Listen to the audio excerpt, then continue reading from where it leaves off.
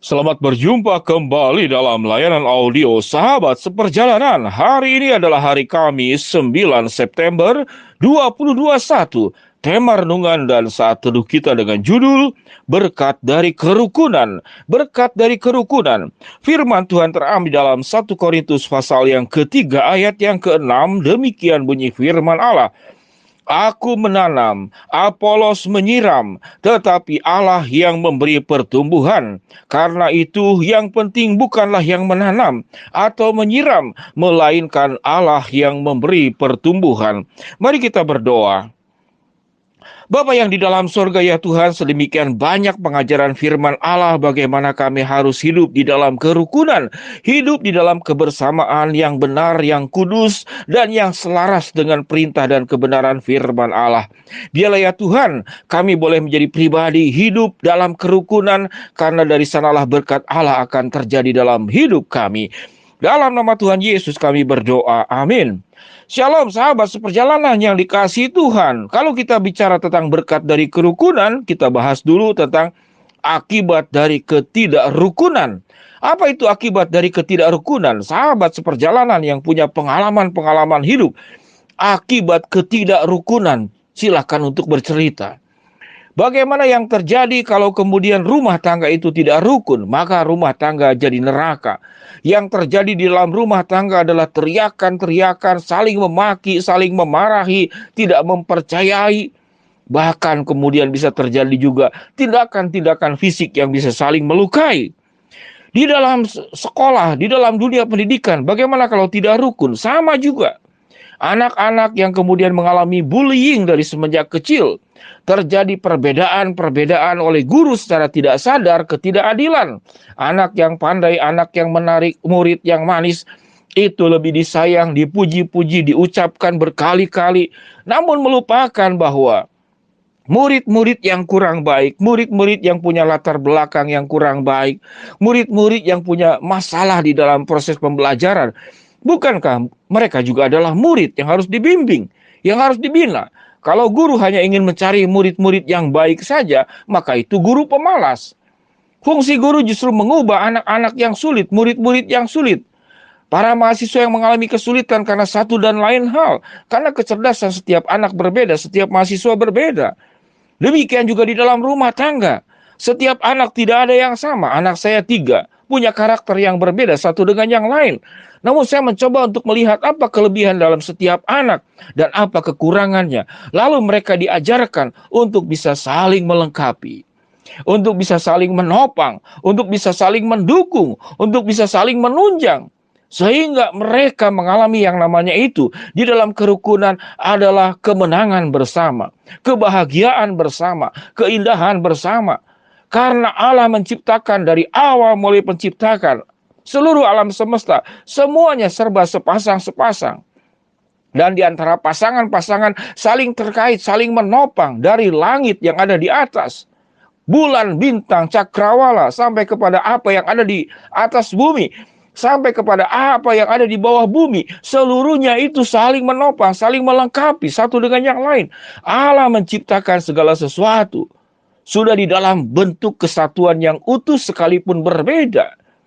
Itu adalah gambaran daripada keberadaan Allah yang perlu kita pahami. Di dalam 1 Korintus pasal 3 ayat 6 sampai ke 9.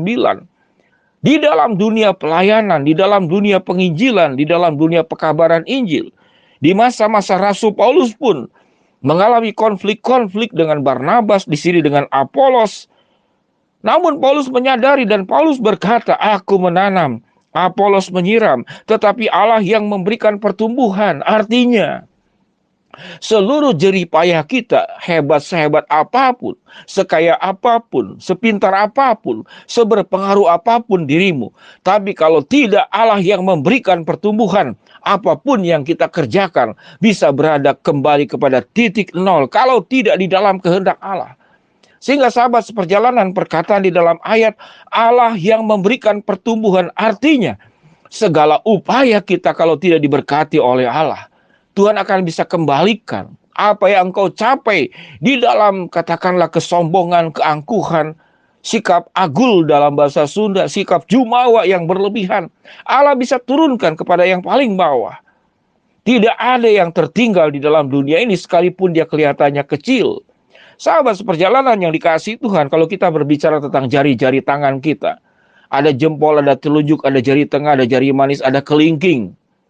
Saya ingin bertanya kepada sahabat seperjalanan untuk tugas-tugas tertentu. Saya tidak akan sebutkan tugasnya apa. Dan saya percaya sahabat seperjalanan bisa menjawabnya. Untuk tugas-tugas tertentu, kita itu memakai kelingking. Ayo silahkan tebak. Kalau Anda sahabat seperjalanan sebagai teman WhatsApp saya, silahkan Anda tulis jawabannya. Apa yang dikerjakan oleh kelingking dalam tugas tertentu yang sulit dikerjakan oleh jari-jari lain? Apalagi kalau pakai jempol. Waduh, menakutkan sekali. Sahabat seperjalanan yang dikasihi Tuhan, itu adalah semacam sedikit bercanda buat sahabat seperjalanan. Artinya, tidak ada sebetulnya yang tidak berguna ke diri kita. Kecuali kita hidup dalam dosa. Kalau dalam keunikan, semua itu indah di mata Tuhan. Kalau di dalam keunikan karunia, keunikan kepribadian, semuanya indah di dalam Tuhan. Kecuali kehidupan di dalam dosa, itu tidak ada indah-indahnya. Kalau kita hidup di dalam dosa, tentu kita menjadi pribadi yang mengganggu. Mengganggu rumah tangga, mengganggu persahabatan, mengganggu masyarakat, bahkan mengganggu negara. Sahabat seperjalanan yang dikasihi Tuhan, berkat dari kerukunan. Apa berkat yang dari kerukunan? Kita akan mengalami kebahagiaan. Kita akan mengalami kemenangan. Kita hidup di dalam kebenaran. Dan kita sedang mengagungkan, memuliakan, dan menyenangkan Allah lewat kehidupan kita yang hidup dalam kerukunan. Saat ini sahabat seperjalanan, kalau rumah tanggamu ditimpa ketidakrukunan, kalau persahabatanmu ditimpa ketidakrukunan, kalau engkau berpacaran terus berganti-ganti pasangan, lalu menyalahkan pasangan sementara persoalannya adalah ada di dalam dirimu sendiri, maka baiklah kita boleh menyadari bahwa berkat Allah itu hadir di dalam kerukunan. Seperti katakanlah embun dari Gunung Hermon ke Gunung Sion. Tuhan akan mencurahkan berkat-berkat kepada kita semua.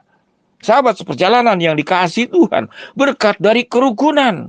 Iblis senang kalau kita itu tidak rukun dan sedikit-sedikit cari dukun. Kurang lebih kan begitu. Kalau persoalan tidak bisa diselesaikan, cari dukun. Cari cara yang paling mudah, yang sesuai dengan keinginan kita. Karena kalau kita cari dukun, dukun hanya akan memenuhi apa yang kita inginkan dengan syarat-syarat tertentu yang pada akhirnya kita berbuat dosa kepada Allah dan dampaknya menjadi buruk untuk kehidupan kita. Kalau kita ingin hidup rukun, Alkitab mengatakan apapun yang kita kerjakan, Allah lah yang memberikan pertumbuhan. Allah yang berkenan, Allah yang memberkati untuk kerukunan, dan berkat Allah akan terculah dalam kehidupan pribadi kita, rumah tangga kita, pekerjaan kita, masa depan kita, dan segala sesuatu yang kita perbuat. Kita memuliakan Allah lewat sebuah perjuangan bagaimana hidup itu di dalam kerukunan. Firman Tuhan berkata, aku menanam, Apolos menyiram, tetapi Allah yang memberikan pertumbuhan. Karena itu, yang penting bukanlah yang menanam atau yang menyiram, melainkan Allah yang memberikan pertumbuhan. Upaya kita tidak punya hasil apa-apa kalau tidak Allah yang memberikan pertumbuhan. Sahabat seperjalanan, maukah engkau diberkati? Maukah engkau mengalami hidup kemenangan? Maukah engkau diberikan sebuah dampak akibat kerukunan adalah kebahagiaan? Maka perjuangkanlah kerukunan. Mulai dari kerukunan dengan dirimu sendiri. Berdamailah dengan dirimu. Jadilah pribadi yang dipulihkan oleh Allah. Bertobatlah kalau ada hal-hal yang buruk.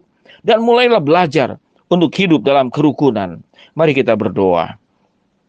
Bapa yang di dalam surga, ya Tuhan, hamba-Mu berdoa untuk seluruh komunitas-komunitas yang ada di dalam kehidupan sahabat seperjalanan yang mengalami ketidakrukunan, suami, istri, orang tua, anak, mertua, mantu. Kemudian juga keluarga-keluarga yang lain di dalam pekerjaan, di dalam dunia secara umum, dalam dunia pendidikan, dalam persahabatan, segala sesuatunya ya Tuhan. Rukunkanlah kami, karena dari sanalah berkat Allah tercurah. Hamba-Mu berdoa, bagi yang sakit Tuhan jamah sembuhkan, bagi yang sedang menghadapi masalah rintangan Tuhan bukakan jalan, yang sedang memohon berharap sesuatu, Tuhan akan kabulkan sesuai dengan waktu, rencana, dan kehendak Tuhan. Di dalam nama Tuhan Yesus kami berdoa. Amin. Shalom sahabat seperjalanan yang dikasihi Tuhan. Saya berdoa agar setiap sahabat seperjalanan dilimpahi oleh berkat Allah yang luar biasa karena kita memperjuangkan hidup yang rukun dan benar di hadapan Allah. Shalom, Tuhan memberkati kita semua. Amin.